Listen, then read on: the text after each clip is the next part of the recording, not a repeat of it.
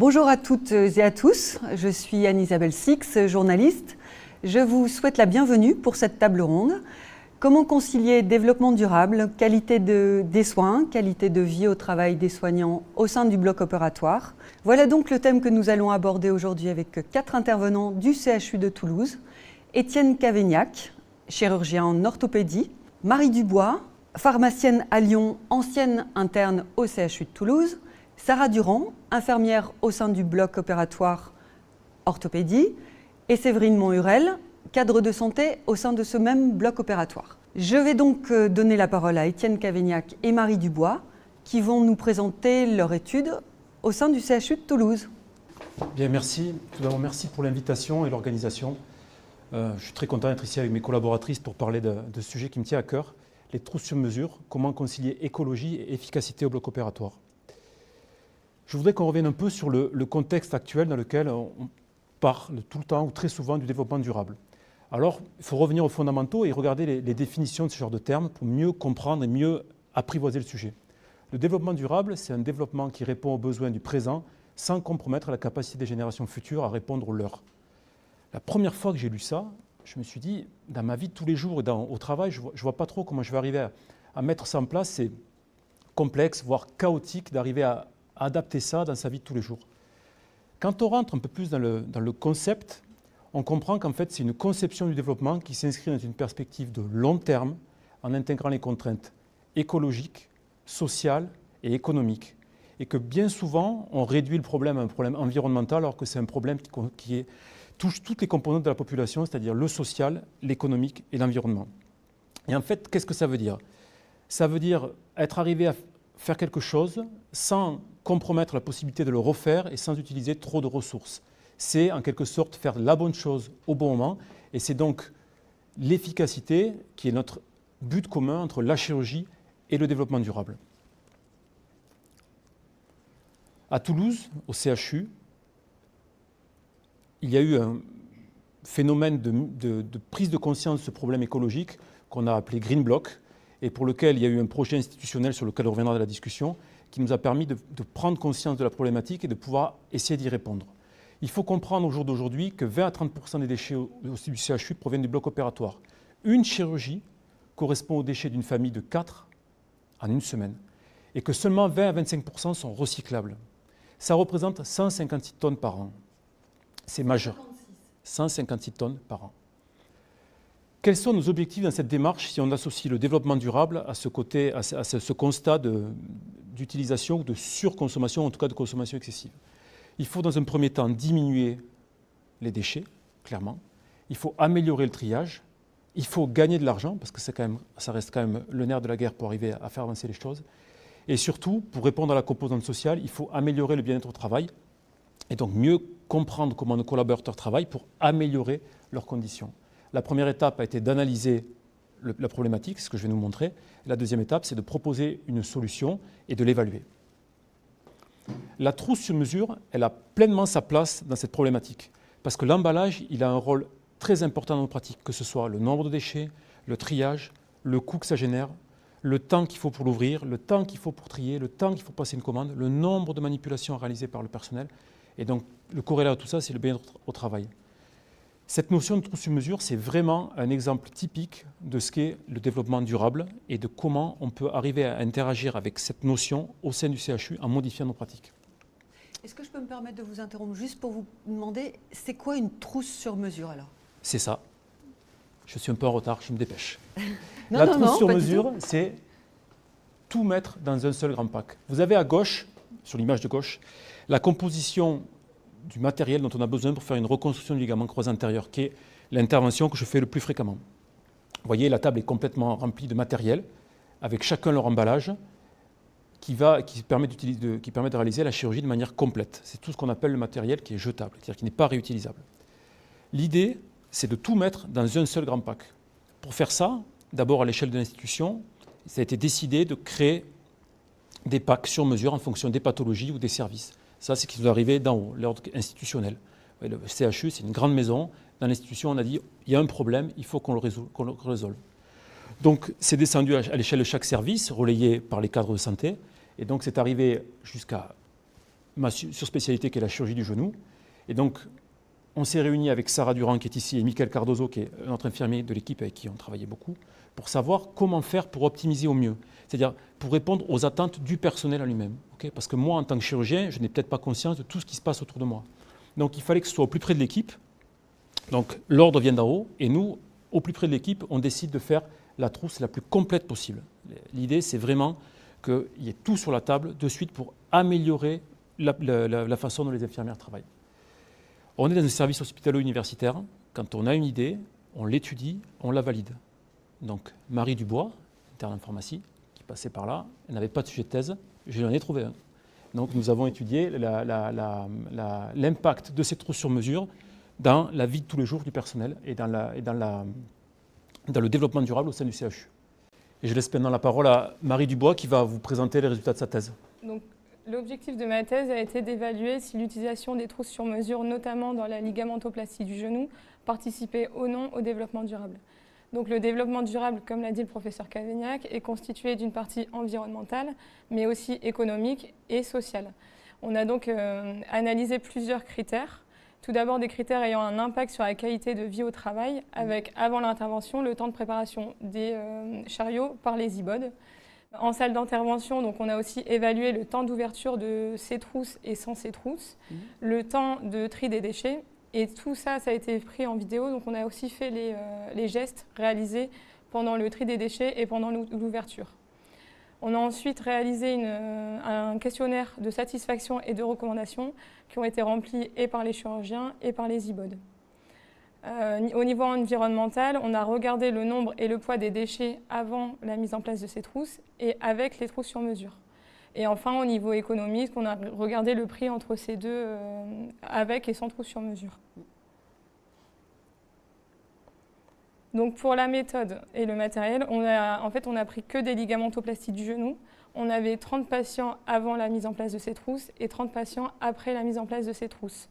Donc comme je vous ai dit, c'est une étude prospective et comme je vous ai dit, on a réalisé des vidéos pour comptabiliser le temps d'ouverture du matériel en salle opératoire, le temps de tri des déchets des dispositifs à usage unique et le nombre de gestes effectués par les IBOD lors de l'ouverture et le tri de ces déchets. La qualité du geste a aussi été analysée par la médecine du travail pour voir la qualité, si c'était acceptable ou non. On a aussi chronométré, parce que c'était impossible de faire des vidéos, mais on a chronométré le temps de préparation des chariots par les IBOD, donc avant la salle opératoire. On a pesé les emballages, donc on a réalisé un questionnaire. Et enfin, pour le prix, on a fait l'avant-après, individuellement combien ça coûtait, et le prix de la trousse sur mesure. Ok. Donc ça, c'est résultat. Ouais. Voilà, donc là c'est la trousse classique. Donc vous avez l'ouverture et le triage des déchets réalisé par les deux IBOD, où en tout le nombre de gestes effectués c'est 186 pour l'ouverture et pour le triage. Au niveau de l'emballage, on en avait 56, ce qui pesait 221 grammes environ. Le triage, on avait 85 gestes. Le coût de tous ces dispositifs à usage unique, c'était 56,60 €. Le temps pour ouvrir donc, le matériel à usage unique avant l'intervention, c'était environ 13 minutes et 1 minute 40 pour le triage. Et enfin, pour la préparation du chariot, on était aux alentours de 4 minutes 20 en moyenne.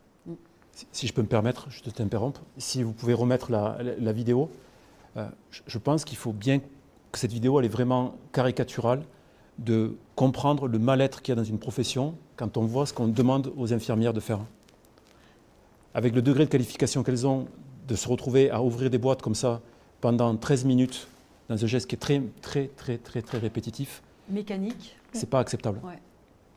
Dans les moments qu'on rencontre, les difficultés qu'on a pour trouver du personnel pour faire ce genre de métier, c'est pas possible que on laisse faire ça et que les gens perdent du temps à faire ce type de chirurgie. Ça dégage du stress et ça dégage... clairement, ça ne va pas dans une ergonomie et une efficacité au bloc opératoire. On reviendra avec Sarah sur tout ça. Mais je pense que la vidéo, elle est vitesse 4, c'est caricatural. C'est pas acceptable. Ouais. Donc ça, c'était la trousse classique. Marie. Donc, tous les dispositifs pris à usage unique pris séparément. Et donc là, après, il y a les résultats avec la trousse sur mesure, donc, où tous les dispositifs sont dans le même pack. Donc au niveau des manipulations réalisées par l'e-bode, lors de l'ouverture, on est sur 57. Le nombre d'emballages, on n'en a que 2. Par contre, on a quand même 213 grammes de déchets. Le triage, on effectue 25 gestes en moyenne. Le coût, on est passé à 105,9 €. Pour l'ouverture, l'e-bode met à peu près 2 minutes et 36 secondes pour le triage. Pour la préparation du chariot, on a juste à prendre la trousse, donc on passe à 2 secondes. Et au niveau du bien-être, on est passé à un NPS de 10. NPS, ça veut dire? Net Promoter Score, pardon. D'accord. Donc au vu des résultats, on a clairement des différences, comme vous le voyez là sur la diaporama. C'est au niveau du nombre de gestes, donc que ce soit au niveau du triage, mais aussi au niveau de l'ouverture du matériel. On a aussi un nombre d'emballages qui est clairement diminué. Par contre, on a forcément un surcoût qui est d'un peu plus de 50 € et un bien-être qui est clairement meilleur avec les trousses sur mesure. Le petit p, pour les non-initiés, petit p, ça veut dire que la différence qu'on a montrée, elle n'est pas liée au hasard. C'est-à-dire que la probabilité que la différence qu'on ait montrée soit liée à une vraie différence, elle est très forte. Plus le chiffre est petit, plus c'est fort. Ça veut dire qu'il y a moins d'une chance sur 1000 que ce soit lié au hasard ce qu'on ait montré, que ce soit qu'il y ait une erreur dans les statistiques ou dans la façon dont on a analysé les choses. Donc c'est fortement, très fortement significatif. Et convaincant. Donc ça, c'est les résultats qu'on a eus par la médecine du travail sur les gestes réalisés par les e-bode. Elles ont analysé les vidéos et elles se sont rendues compte que donc, sans ces trousses sur mesure, on avait plus de 170 gestes qui étaient acceptables sous conditions et 22 inacceptables. Avec ces trousses sur mesure, on est passé à moins de 50 avec acceptables sous conditions et à 9 inacceptables. Donc on a vraiment diminué ce nombre de gestes considérés comme inacceptables et donc on espère un réel impact sur les troubles musculo-squelettiques à long terme. Sur la santé au travail. C'est ça, tout à fait. Par contre, l'étude nous a aussi montré que le temps d'occupation en salle n'était pas augmenté. Enfin, il n'était pas significatif dans notre étude, parce que ce n'est pas lié qu'à l'ouverture du matériel, ça peut être lié à l'anesthésie du patient, la durée, le type, si c'est une anesthésie générale ou locale, le temps d'installation du patient, le temps que le chirurgien va mettre à faire sa chirurgie, et aussi le temps passé pour nettoyer la salle. Donc, avec ces trousses, on n'augmente pas le nombre de chirurgies réalisées au bloc opératoire.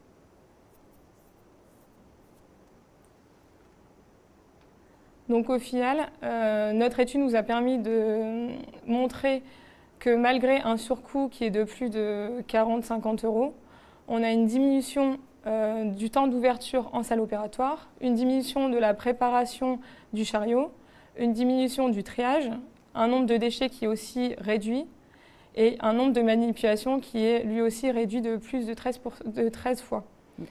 Et un bien-être au travail qui est significatif.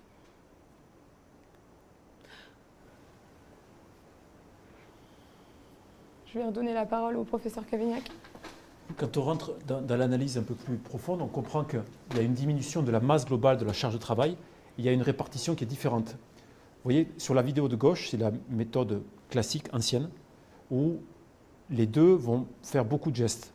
Dans la méthode à droite, l'infirmière qui n'est pas habillée en stérile va mettre le matériel sur la table et c'est celle qui est habillée qui va faire tout le tri. Donc il y a une diminution de la masse globale et une meilleure répartition entre les deux. Ce qui fait que l'autre infirmière qui, dans la méthode classique, était occupée à faire ça, se dégage du temps pour faire les autres tâches qu'elle a à faire pendant l'intervention, c'est-à-dire le suivi, le traçage informatique, l'ouverture des autres boîtes et tous les aléas qui peuvent arriver au cours de la chirurgie. Donc une influence sur la qualité des soins. Clairement.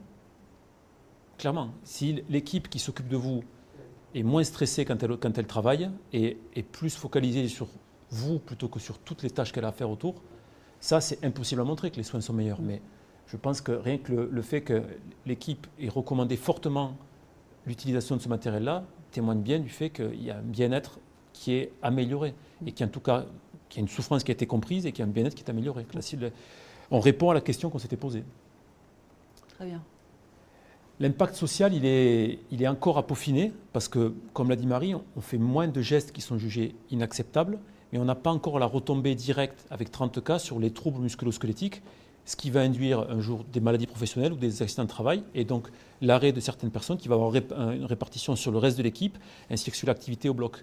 Ça, c'est des études à plus long terme qu'il faut, qu'on peut facilement faire parce qu'on a tout ça est enregistré, tout ça est connu, ces chiffres-là. Vous allez les mener, ces études-là? Ah oui, c'est un sujet pour lequel on est pionnier, on est en train de finir d'écrire l'article, et on va le décliner dans toutes les sortes. Vous allez publier un article aussi? Ah oui, forcément.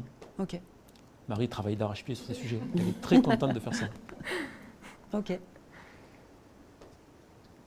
Il faut comprendre la problématique à l'échelle d'une opération, mais aussi à l'échelle de l'établissement. Nous, on fait environ 2000 chirurgies par an du genou. 2000, vous dites? Si on fait des simples multiplications, on diminue les manipulations de 72 000. Le temps de préparation, on gagne 8000 minutes, ce qui fait 133 heures. Ça, c'est impossible à chiffrer, le coût de ce genre de choses.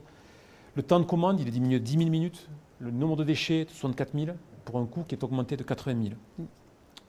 Il reste évident que le bien-être au travail n'a pas de prix et est difficile à comptabiliser. Et je pense qu'une étude médico-économique bien menée montrera vite, sans avoir besoin de 2000 patients, de 2000 chirurgies, qu'il y a un coût qui est largement en faveur de l'utilisation de ce type de matériel. Bien sûr, le bien-être au travail n'a pas de prix. Alors, en préparant ce topo et en discutant avec l'équipe, je me suis rendu compte de certaines problématiques dont je n'avais pas eu conscience au moment où on a lancé ça. Et effectivement, on ne peut pas décider du jour au lendemain de passer au trou sur mesure. Il faut un peu d'organisation. Pourquoi? Parce que la trou sur mesure, vous avez l'exemple ici à l'écran, c'est volumineux. Donc il faut anticiper ce stockage. Vous allez me dire, si le transfert, tout ça, on l'avait déjà au bloc. Et donc cette place-là existait déjà. Mais en fait, comme on regroupe tout dans une même unité de lieu, il faut dégager cette unité de lieu de manière plus importante. Donc vous voyez, une trousse, c'est quand même conséquent en termes de volume. Et donc, comme on fait beaucoup de chirurgie, il faut beaucoup de logistique pour absorber ça. Et donc c'est quelque chose qui se prépare en amont, parce qu'il va y avoir aussi un transfert de tâches au sein de l'équipe. C'est-à-dire certains qui étaient très stimulés au début vont l'être un peu moins, mais d'autres qui ne l'étaient pas vont le devenir. Et c'est pour ça que ce projet global, il faut que tout le monde le comprenne et comprenne le bénéfice à l'échelle du service en entier. Parce que ça nécessite des réorganisations en interne des tâches de chacun. Exactement. Exactement. Je pense que Séverine et Sarah vont plus détailler ce sujet-là, mais c'est clairement, c'est un problème à anticiper. C'est pas juste de dire, ok, j'ai vu la table ronde, c'est une bonne idée, on commence demain. Non, il faut s'organiser avant. Tout ça pour dire que ce projet de Green Block à l'échelle de l'établissement, c'est souvent vu comme un peu réducteur. On ne parle que d'écologie, mais c'est quand même une façon d'analyser nos pratiques et surtout d'optimiser ce qu'on fait et de prendre conscience des gens avec qui on travaille autour et du matériel qu'on utilise autour, de savoir comment l'utiliser. J'en profite pour faire un peu de prosélytisme local. Si vous êtes intéressé pour venir travailler au CHU de Toulouse, vous avez l'adresse mail qui apparaît à l'écran. N'hésitez pas. Voilà, je vous remercie. C'est moi qui vous remercie et je m'adresse de nouveau à Marie pour que vous nous racontiez comment s'est mis en place ce projet à partir du lancement de l'appel d'offres. C'est ça. En fait, tous les 4 ans, on relance des appels d'offres. Donc là, c'est l'appel d'offres drapage opératoire. Drapage opératoire, ça veut dire quoi ça alors? Donc c'est tous les champs, les champs de table, en fait tout ce qui était dans la trousse sur mesure, les casaques, les gants chirurgicaux, qu'on a relancé à l'appel d'offres. Et du coup, on en a profité pour Parce que c'est les pharmaciens qui s'occupent de... C'est les pharmaciens qui s'occupent de l'appel d'offres, okay. Ouais, c'est ça. Et du coup, on en a profité pour faire des réunions avec les cadres, pour leur présenter le projet des trousses sur mesure. Donc il y a eu plusieurs réunions qui ont été mises. Et après, on a fait... à part, là je parle de la ligamentoplastie du genou, et pour le genou, on a fait des réunions avec des IBOD référents, donc Sarah, et avec les chirurgiens pour voir ce qu'ils voulaient vraiment réellement dans le pack, pour que le jour où on publie cet appel d'offres, on ait vraiment tous les dispositifs dont ils avaient besoin pour la trousse sur mesure. Donc ensuite, on a fait la publication de ce lot, où plusieurs fournisseurs ont répondu. On en a choisi un avec justement encore les IBOD et les chirurgiens après avoir fait des tests. Et après, on a remodifié encore cette liste qui contenait tous les dispositifs pour avoir vraiment tout ce que le chirurgien voulait dans cette trousse. On en est venu à mettre la casaque à la taille du chirurgien. On a vraiment poussé la trousse sur mesure jusqu'au bout. Alors Sarah, vous m'avez parlé du fait qu'il fallait vraiment prendre le temps de bien réfléchir à ce dont vous aviez besoin et que ce n'était pas du temps perdu. Non, c'est pas du temps perdu, en effet. C'est un gros travail de réflexion sur quoi mettre dans les trousses, s'il faut tout mettre. Par rapport au développement durable aussi, on a essayé en tout cas de mettre tout dans la totalité pour éviter, et pour les troubles musculo-squelettiques, donc d'éviter d'ouvrir des choses en plus que ces trousses sur mesure, et pour Des éviter choses un inutiles, maximum. des choses qui pourraient être inutiles. Et oui, pour éviter le gaspillage. Il y en a moins, il y a moins de tout. Justement, Il y a une seule trousse une seule trousse. dans laquelle vous avez réfléchi très précisément à qu'est-ce qu'il faut qu'on mette à l'intérieur. Ces trousses, en tout cas du genou, elles sont vraiment complètes. C'est-à-dire, on va prendre une métaphore aérienne, on est à Toulouse, l'avion, quand il décolle, il a tout à l'intérieur. Et moi, j'ai cette conception des choses. La trousse, on l'ouvre, l'infirmière, elle a tout sur la table. Donc dans les critiques qu'on a eues quand on a présenté ce sujet-là, on nous a dit oui, mais si l'intervention dure un peu de temps, le matériel à la fin, est-ce que vous trouvez est-ce qu'il n'y a pas une problématique de stérilité, ou est-ce que vraiment... Alors moi j'ai deux réponses à ça. La première, ça ne dure jamais vraiment très longtemps. Et la deuxième, c'est si on part du prérequis, qu'on se dit au bout d'un certain temps, mon matériel sur la table, j'ai un doute sur sa stérilité, eh bien, il faudrait changer tout le matériel qui est là. Et jusqu'à preuve du contraire, moi je fais environ 1000 chirurgies par an, et on a un taux d'infection qui est parmi les plus faibles de la région. Donc la problématique, cette problématique-là, elle doit être éliminée. Là où la réflexion a été importante, c'est quand on s'est mis autour de la table et qu'on analyse nos pratiques. C'est-à-dire que Il fallait standardiser les pratiques, ouais, justement. Les infirmières m'ont dit, Sarah et Mickaël qui étaient là m'ont dit, oui, ça en fait vous l'utilisez jamais, ça vous l'utilisez là. Et donc ça m'a fait réfléchir à la façon dont je faisais les choses aussi, pour arriver à juste un geste efficace. Juste Donc le geste qu'il faut. L'intérêt de ce projet aussi, c'est de mettre tout le monde autour de la table et de comprendre, de faire de la communication interne, de comprendre quelles sont les contraintes de chacun des métiers, et de comprendre l'autre en fait, de comprendre tout le processus de travail de façon plus importante. Alors donc Sarah, vous avez réfléchi à ces... On a commencé à faire un état des lieux de toutes les chirurgies que proposait le service en fait. Oui. Comme dit le professeur Camagnac, on a des chirurgies qui sont plutôt standardisées, comme les prothèses d'épaule, les prothèses de genoux, les prothèses de hanche, même les arthros. Et ça facilite beaucoup la mise en place des trousses. On a surtout parlé en termes de référence, parce qu'ils ont beaucoup de produits utilisés en pharmacie. Et par exemple, un bouchon, ils peuvent en avoir peut-être 3 ou 4.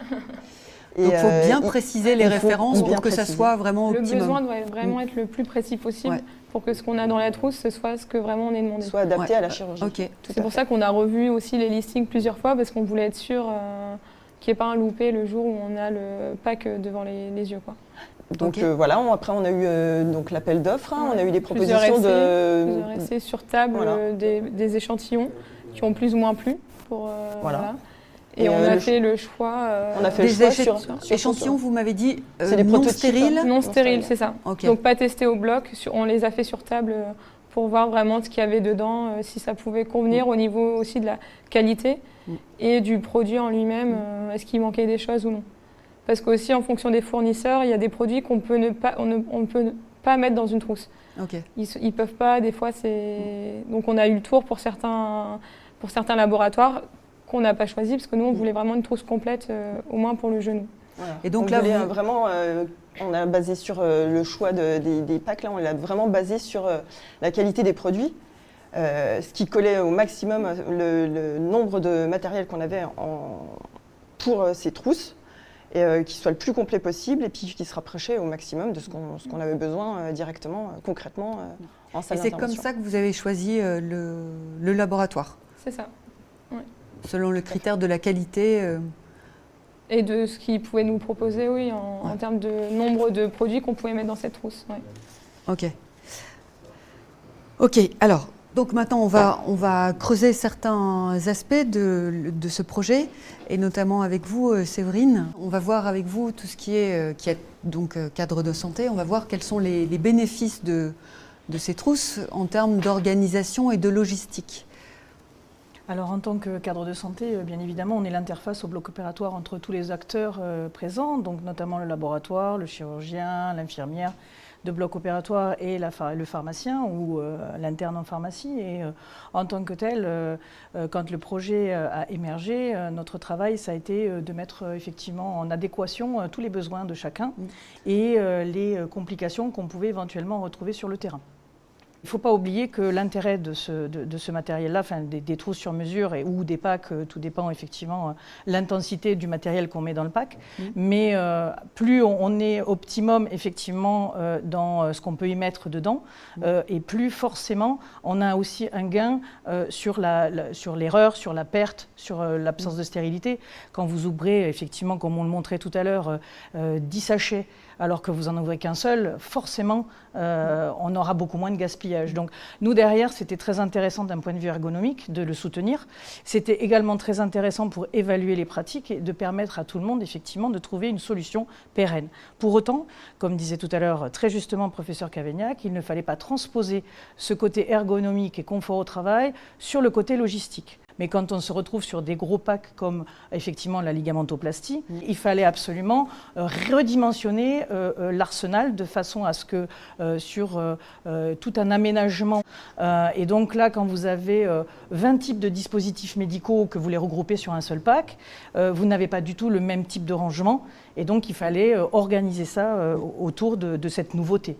Et donc il a fallu réfléchir à comment réorganiser les réserves, enfin l'arsenal. Oui, c'est quelque chose de très important parce que même si on l'a beaucoup travaillé avec la pharmacie, on a fait, comme disait Marie Dubois tout à l'heure, beaucoup de réunions par rapport à ça, on s'est un peu retrouvé presque surpris malgré tout sur les choix qui ont été faits. Et si on ne réfléchit pas suffisamment en anticiper à cette réorganisation, on peut se retrouver impacté. Alors sur l'ordre du CHU, on trouve des solutions au fur et à mesure, mais pour un moment, la transition a été compliquée puisque les logisticiennes du bloc opératoire ont dû assumer seules le changement et la taille des packs.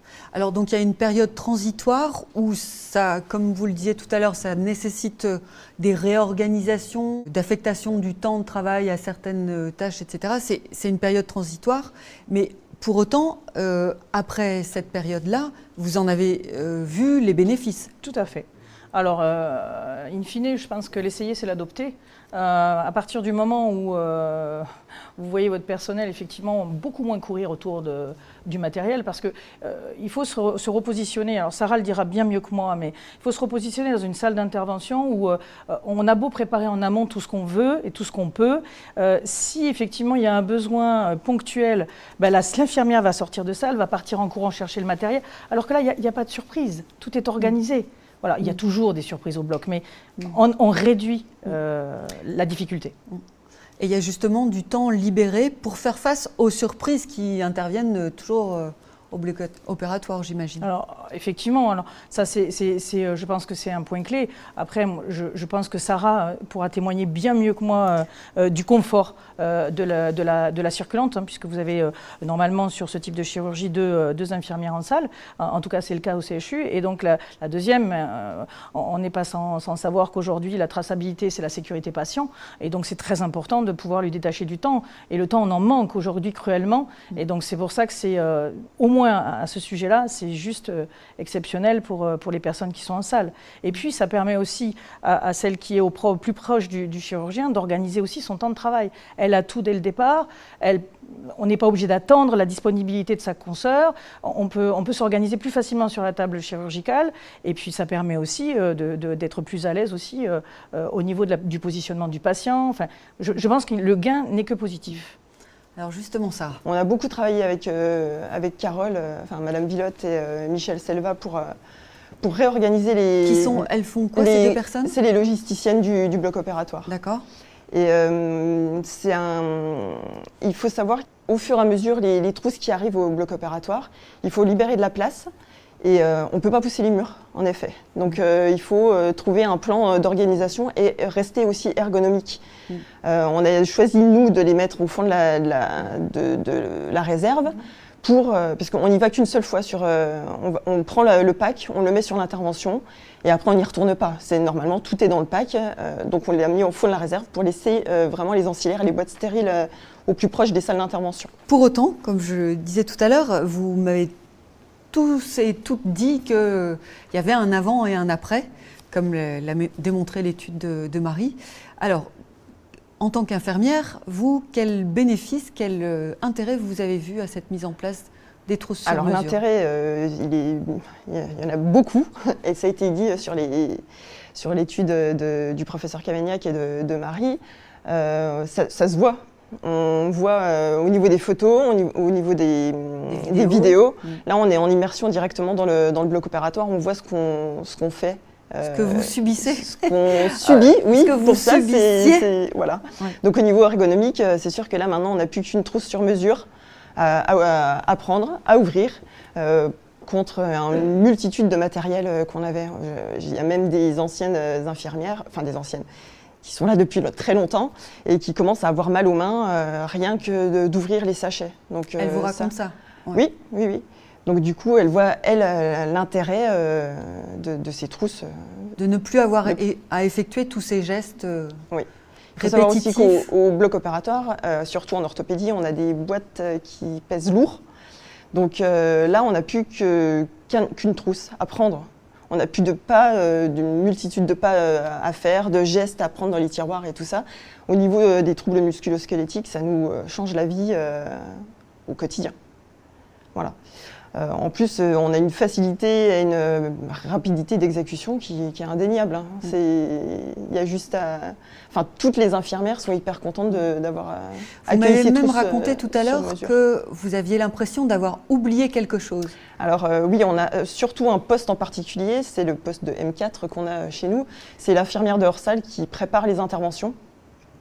Et en fait, elle arrive le matin et elle doit préparer toutes les interventions du jour.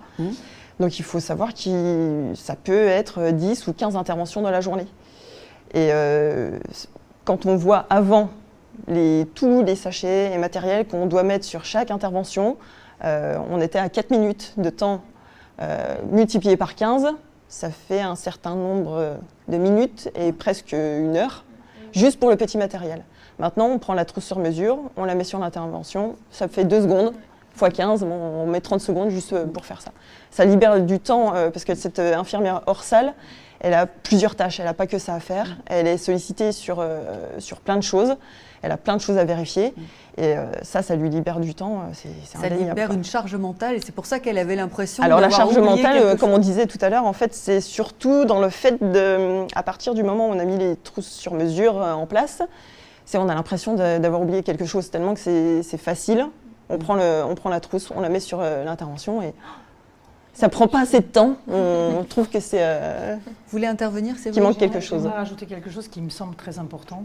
Donc, comme disait tout à l'heure Monsieur Cavagnac, vous n'êtes pas sans savoir que la profession souffre terriblement de manque de ressources humaines, de difficultés à recruter des infirmiers, des infirmières. Et l'avantage de ces packs qu'on y voit encore aujourd'hui, c'est quand les nouveaux arrivants se mettent en positionnement de travail, il y a toute une montée en compétences qui est longue, de formation, d'apprentissage, d'instrumentation, et aussi de préparation de matériel. Et l'expérience aide énormément.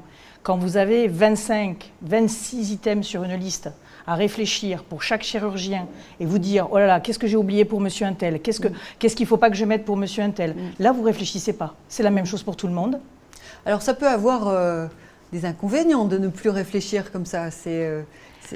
Pour les nouveaux arrivants, ça peut être un inconvénient, mais c'est une chose à travailler. Ouais. Ils ne savent plus. Ils ne savent pas. C'est un autre moyen d'apprentissage.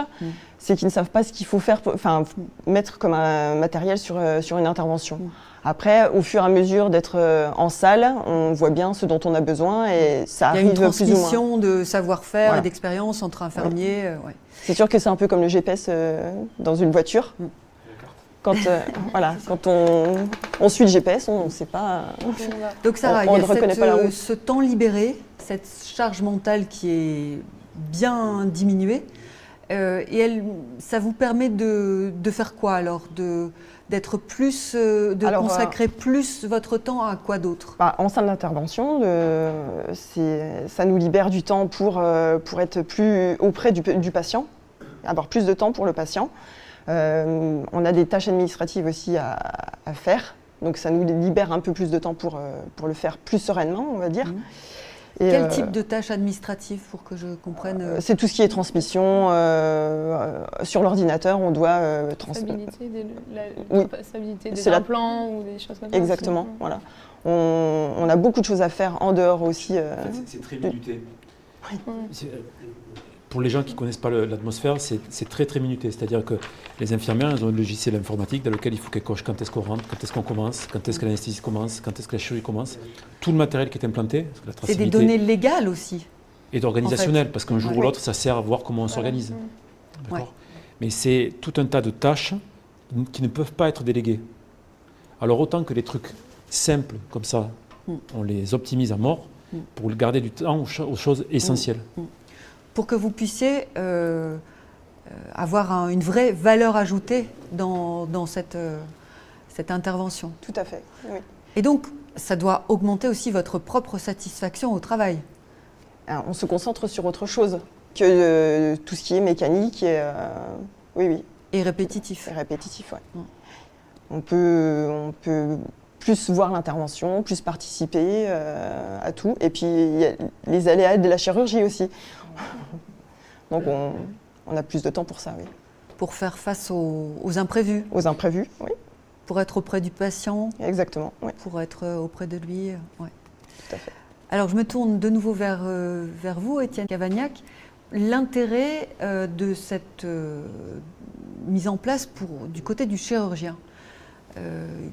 Pour vous, personnellement, qu'est-ce que ça change? Alors, il y a plusieurs niveaux de réponse. D'avoir fait cette étude, pour moi, ça m'a permis de mieux comprendre comment étaient organisées les choses au bloc et de mieux comprendre les gens avec qui je travaillais et les problématiques qu'ils avaient. C'est déjà C'est déjà beaucoup. C'est déjà beaucoup. Très important. Et je m'excuse d'insister, mais le côté répétitif de la tâche comme il était fait avant, ça, c'est pas acceptable en fait. On ne peut pas demander à quelqu'un d'avoir un niveau d'études, un niveau de compétences et un niveau de responsabilité et lui imposer des tâches très répétitives comme ça. Ça, c'est pas acceptable. Donc, les trous sur mesure sont une solution. Il doit y avoir d'autres moyens d'améliorer aussi les tâches administratives, la traçabilité. Il faut qu'on réfléchisse à comment organiser les choses différemment. Ça, pendant longtemps, on a réfléchi en disant oui, ok, l'infirmière, ça ne lui va pas, il ira faire autre chose, et ainsi de suite. Et il y avait un turnover du personnel. Mais là, maintenant, le personnel, il y a des gros problèmes RH qu'on peut comprendre. Parce que ça, c'est des tâches. Quand on montre une vidéo comme ça, je ne pense pas que quelqu'un a envie d'aller faire ça comme travail après. Hein. C'est plutôt ingrat. D'autant plus dans ce contexte de tension à l'hôpital et de pandémie. Exactement, ça a mis en exergue cette problématique-là. Qu'est-ce que ça change pour moi dans la vie de tous les jours? C'est que les gens avec qui je travaille sont déjà plus sereins et plus détendus sur ce qui va se passer à l'intervention. Vous le ressentez? Ah oui, nous quand on a vu les vidéos, on ne peut pas rentrer dans tous les détails, mais c'était les gens de la médecine du travail qui nous ont montré les vidéos qui étaient marquées. C'est-à-dire que moi je travaille sur 2 salles, c'est-à-dire que les interventions sont faites en parallèle. Donc l'infirmière commence à s'installer avant que j'arrive. Et dans la méthode ancienne, donc on voit le rythme, et au moment où je rentre dans la salle, on voit le rythme qui s'accélère en fait. C'est-à-dire qu'elle se dit, il est là. Et voilà, et ça n'arrive plus ça. Donc on se concentre sur le matériel, on se concentre sur le patient, on se concentre sur l'élève infirmière qui est à côté de vous parce que vous n'avez pas à traiter tout un tas de trucs, donc vous pouvez expliquer ce qui va se passer. On se concentre sur l'interne qui est l'aide opératoire pour voir dans quel temps on va faire les choses. On précise si jamais il y a une particularité à l'intervention à ce moment-là. On s'enlève ça en fait. On s'enlève ça de la tête. Je trouve que la métaphore avec le GPS est très juste. Avant, quand on conduisait, il fallait regarder tous les panneaux, on se disait je ne vais pas louper la tournée. Et là, le GPS, il vous dit où c'est qu'il faut aller. Donc vous êtes plus concentré soit sur la route que vous êtes en train de faire, soit sur autre chose. Mais vous êtes sur le but final. Il faut éliminer de toutes nos pratiques professionnelles toutes ces tâches qui sont répétitives et ingrates. C'est l'efficacité. On fait une seule fois le geste, on le fait bien. Et c'est bien pour tout le monde. C'est bien pour le chirurgien, pour l'infirmière, pour l'anesthésiste, pour le patient, c'est bien pour tout le monde. Pour la qualité des soins? Pour tout. Okay. Pour tout. Quand on fait les choses bien, on les fait bien. Ok. Alors, est-ce que vous pourriez aussi, je ne sais pas qui voudrait répondre à cette question du développement durable, dont vous avez commencé votre présentation en parlant de développement durable. Si j'ai bien compris, on m'a dit que si le système hospitalier mondial était un pays, ce serait le 5e plus gros pollueur au monde. Tellement il y a une quantité de déchets importante qui est produite. Alors, qui est-ce qui voudrait parler de ces vertus des trousses sur mesure en termes de développement durable? Peut-être Marie? Mais alors, déjà, il y a le côté social, qualité de vie par rapport au développement durable, où ça, bon, c'est incontestable. On améliore vraiment la qualité de vie au travail, donc voilà. Après, le coût, pour le coup, on est sur un surcoût, donc c'est à retravailler. Je pense qu'au fur et à mesure, les trousses sur mesure vont se mettre en place. Je pense que le surcoût sera de plus en plus faible aussi. Enfin, c'est ce qu'il faut espérer. Et après, le côté environnement, ben, il y a 15 fois moins d'emballage, même plus. Il y en a plus que 2, donc voilà. Moins de gaspillage, de déchets à trier. Comme elle dit, en fait, comme dans les trousses, on a mis aussi ce qui est utilisé qu'à 100%, on n'a pas mis les au cas où. Tout ce qui est dans la trousse est utilisé. Donc il n'y a pas de gaspillage sur cette trousse en tout cas. Ouais. Si je ne dis pas de bêtises, normalement on ne jette rien. C'est-à-dire qu'on a mis en place, comme disait le professeur Cavaignac, sur le CHU depuis plusieurs années, le projet Green Block, qui a été de mettre en place dans les blocs opératoires le tri sélectif avec des filières déterminées pour le plastique, comme vous avez pu le voir là sur la vidéo tout à l'heure. Il est évident que quand vous triez 10, 20, 30 sachets, ce n'est pas la même chose que d'en trier 1 ou 2. Et donc forcément, ça diminue aussi la quantité. Et il faut revenir à ce que disait sur la thèse de Marie. C'est vrai, ça diminuera forcément à terme, si tout le monde utilise ce type de pack, le poids des déchets. Et ça diminuera aussi le tri, qui est au départ quelque chose de très bénéfique aussi, puisque trier, c'est aussi essayer d'être le plus optimum possible dans le développement durable. Donc je pense que les deux sont très complémentaires. Et l'objectif que doit viser, en tout cas notre institution, c'est d'essayer d'étendre les packs à toutes les disciplines, ce qui a déjà été fait. Hein. On a vu avec Marie, quand la pharmacie s'est saisie de ce sujet, à contacter tous les blocs opératoires pour voir à leur niveau ce qui pouvait évoluer dans les packs pour devenir des packs customisés. Et après, justement, par rapport au tri, je pense que les infirmiers le font. Il y en a moins, donc ils vont le faire. Ils vont le faire. Oui, alors que je pense que c'est plus facile à mettre en place maintenant qu'il y en a moins d'emballage que quand il y en a 60. Je pense que des fois, ils n'ont pas le temps et le tri passe un peu à l'as. Et là, vous le faites tout le temps parce qu'en fait, il n'y a que 2 pas. Enfin, il n'y a plus rien à trier quasiment. Donc, je pense que c'est mieux suivi aussi. Oui, voilà. Tout à fait. Alors, je vais vous poser maintenant à chacun la question des conseils que vous pourriez donner à d'autres établissements qui souhaitent mettre ça en place. Quel conseil vous leur donneriez, professeur Cavagni? J'ai beaucoup aimé, c'est vrai, l'essayer, c'est l'adopter. Ça, c'est... Pour un chirurgien, il faut réfléchir à sa pratique. Je pense qu'une des premières étapes, c'est se filmer une intervention pour voir les gestes qu'on fait et savoir quel matériel on utilise. Et parfois, on est surpris. Moi, en tout cas, j'ai été surpris dans certaines choses que je pensais faire différemment. Okay. Donc, c'est vraiment la première étape, c'est l'état des lieux. Qu'est-ce que je fais? Comment je fais? Est-ce que je veux pérenniser la façon dont je fais maintenant ou est-ce que je veux la changer?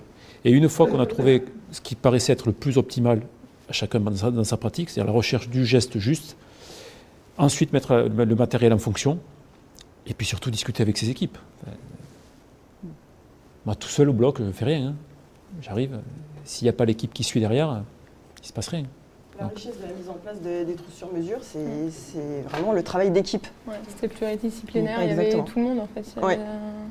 Et tout le monde amène son idée, sa réflexion, et c'est ça qui engendre une bonne mise en place. C'est aussi un projet de cohésion sociale au sein de l'établissement, du bloc. Et d'intelligence collective. Et d'intelligence collective. Ouais, okay. Et ça entraîne la motivation de chacun, et c'est un beau projet. Alors Sarah, si vous aviez à donner des conseils à d'autres établissements, vous leur diriez quoi? Non, de voir comment on travaille. Mais même venir voir ça s'organise. Venir voir ce qu'on fait. Et vous accepteriez qu'on vienne vous voir? Je voyage beaucoup pour aller voir ce qui se fait dans d'autres pays, en termes chirurgicaux, dans d'autres centres. Je crois qu'être tout seul dans son coin et croire qu'on a la vérité divine et qu'il n'y a que comme ça que ça marche, c'est une erreur. On apprend beaucoup à aller voir ce qui se passe ailleurs. Donc venez voir ce qu'on fait chez nous, parce qu'en plus vous allez nous donner des idées au moment où vous allez venir qui vont peut-être nous faire améliorer nos pratiques. Aussi. Et ça, c'est très important, l'interaction.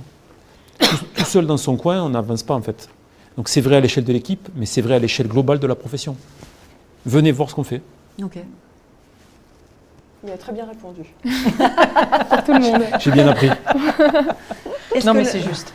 Et en tout cas, sur l'équipe d'encadrement, puisque nous sommes 2 cadres bloc IMM, nous recevrons toutes les personnes qui souhaiteront pour répondre à leurs questionnements et à leurs besoins de voir sans difficulté. Ça sera avec grand plaisir. Et Marie, est-ce que c'est déjà mis en place au CHU de Lyon? Ils en ont, oui. Alors, je ne sais pas dans quelle discipline, mais ils ont déjà des trousses sur mesure. Je pense que ça commence à prendre de l'ampleur en termes de... je pense qu'il y avait des centres, beaucoup de cliniques au début. Et là, ça commence à prendre de l'ampleur sur les CHU. Ok. Bah, écoutez, il me reste à vous remercier tous les 4 d'avoir croisé vos regards sur ce projet et à ouvrir maintenant la discussion pour que vous qui nous regardez, vous puissiez avoir la parole et nous poser des questions. Voilà, donc bienvenue pour toutes vos interrogations.